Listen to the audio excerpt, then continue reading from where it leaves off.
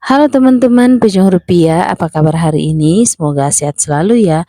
Selamat datang di channel saya. Channel saya ini berisi tentang toko sembako dan agen BRI Link. Jadi jangan kemana-mana ya, jangan lupa ikuti terus videonya sampai selesai.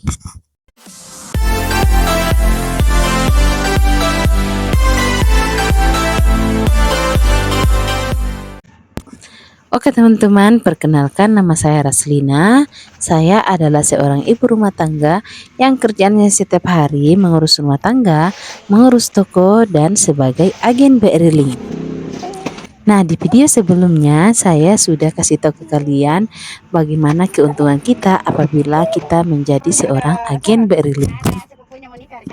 Nah, untuk video kali ini saya mau kasih tahu ke kalian apa saja kerugian yang akan kita alami apabila kita menjadi seorang agen BRI Link. Menjadi seorang agen BRI Link tentulah tidak mudah teman-teman ya. Terlepas dari keuntungan yang kita peroleh, otomatis ada juga kerugian yang harus kita tanggung sebagai seorang agen BRI Link. Nah, ada resiko yang bisa kita atasi dan ada juga yang tidak bisa kita atasi sama sekali. Itu tergantung dari situasi dan kondisinya ya teman-teman ya. Nah, untuk kalian yang mau mendaftar menjadi seorang agen BRI Link, kalian harus mempertimbangkan apa-apa saja risiko yang harus kalian hadapi apabila kalian menjadi seorang agen BRI Link. Risiko pertama yang akan kita hadapi adalah risiko uang palsu. Jadi terus terang, semenjak saya menjadi seorang agen BRI Link, saya sudah beberapa kali mendapat uang palsu. Ini adalah salah satu contoh uang palsu yang pernah saya dapat ketika saya menjadi seorang agen BRI Link. Jadi kejadiannya pada saat itu banyak orang yang datang belanja di toko saya dan banyak juga yang mau transaksi. Nah, berhubung karena kita terburu-buru dan pada saat itu saya masih awam menjadi seorang agen BRI Link, jadi saya belum terlalu tahu bagaimana ciri-ciri uang palsu. Jadi saya hanya menerima uang tersebut lalu saya hitung, kemudian saya menyimpan uang tersebut tanpa saya periksa dulu apakah ini uang palsu atau tidak. Jadi coba bayangkan kalau misalnya kita transaksi sebesar 1 juta dan kita mendapatkan uang palsu sebanyak 3 lembar, kira-kira berapakah kerugian kita, sedangkan admin yang kita dapatkan itu hanya sekitar 10 ribuan. Jadi semenjak kejadian itu saya lebih berhati-hati lagi dalam melakukan transaksi. Nah, risiko selanjutnya yaitu adanya uang rusak. Jadi semenjak saya menjadi agen BRI Link, saya sering mendapatkan uang yang rusak, yang bahkan rusak parah teman-teman. Bisa dibilang dalam uang 1 lembar itu bisa dibilang setengahnya itu sudah rusak parah.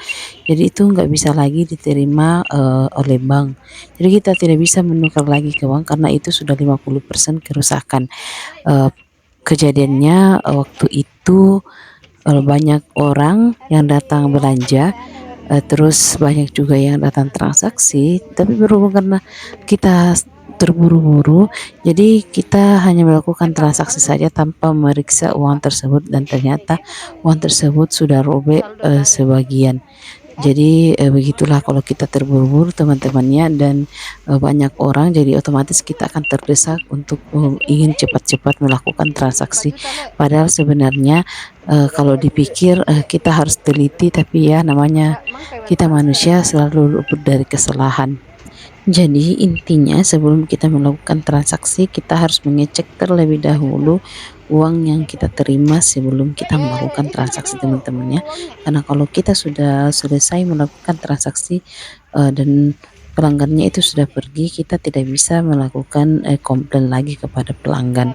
Jadi begitulah kira-kira teman ya. Nah, risiko selanjutnya yaitu kita akan dikenakan denda penalti. Jadi sebagai seorang agen BRI Link, tentunya kita dikasih target setiap bulannya untuk melakukan transaksi. Biasanya kita dikasih target itu sekitar 150.000 fee dalam 1 bulan. Jadi kalau misalnya dalam 6 bulan berturut-turut kita tidak pernah mendapatkan fee sebanyak itu, biasanya kita akan mendapatkan denda penalti teman-teman ya. Nah, resiko selanjutnya adalah kita akan mendapatkan komplain dari pelanggan. Nah, sebagai seorang agen BRI Link, tentunya kita akan melakukan banyak jenis transaksi.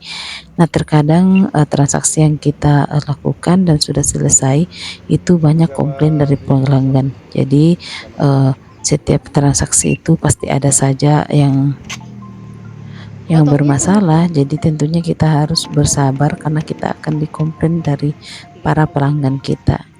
Risiko selanjutnya yang harus kita hadapi yaitu saldo sudah terpotong tetapi transaksinya gagal.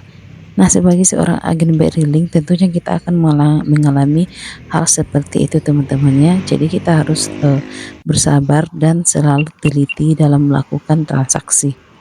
Ini adalah salah satu risiko yang menurut saya paling menyebalkan. Kenapa?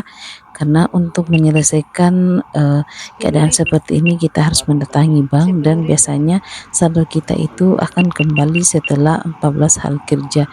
Jadi untuk itu bagi kita yang sedikit modal itu akan menghambat perputaran uang di toko kita. Nah, yang lebih parahnya, nasabah tidak akan mau menunggu transaksi tersebut karena biasanya mereka akan meminta transaksi itu diulang padahal saldo kita sudah terpotong. Jadi untuk itu kalau misalnya kita mendapat masalah seperti ini, kita harus segera mendatangi kantor untuk menyelesaikan masalah tersebut.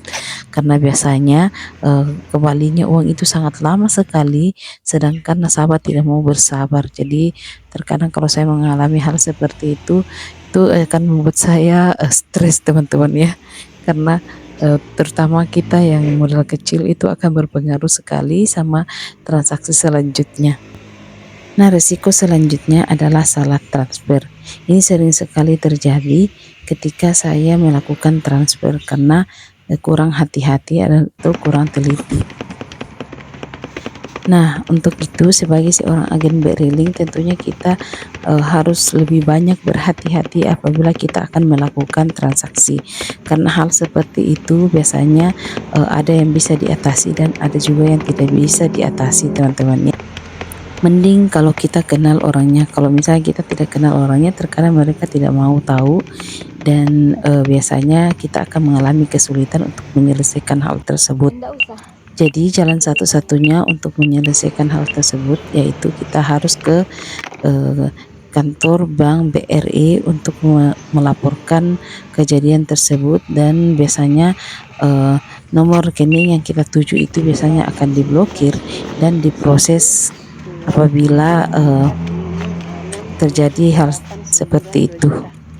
Jadi bagi kalian yang mau mendaftar sebagai seorang agen BRI Link, tentunya kalian harus berhati-hati dan selalu memikirkan risiko-risiko sebelum kalian memutuskan untuk menjadi seorang agen BRI Link. Karena di balik keuntungan yang kita dapatkan itu banyak sekali risiko yang harus kita tanggung, teman-teman ya. Oke teman-teman, sampai di sini dulu ya videonya. Semoga kalian suka dan semoga video ini bermanfaat. Terima kasih untuk kalian yang sudah menonton video ini. Sampai jumpa, sampai ketemu di video selanjutnya. Bye bye.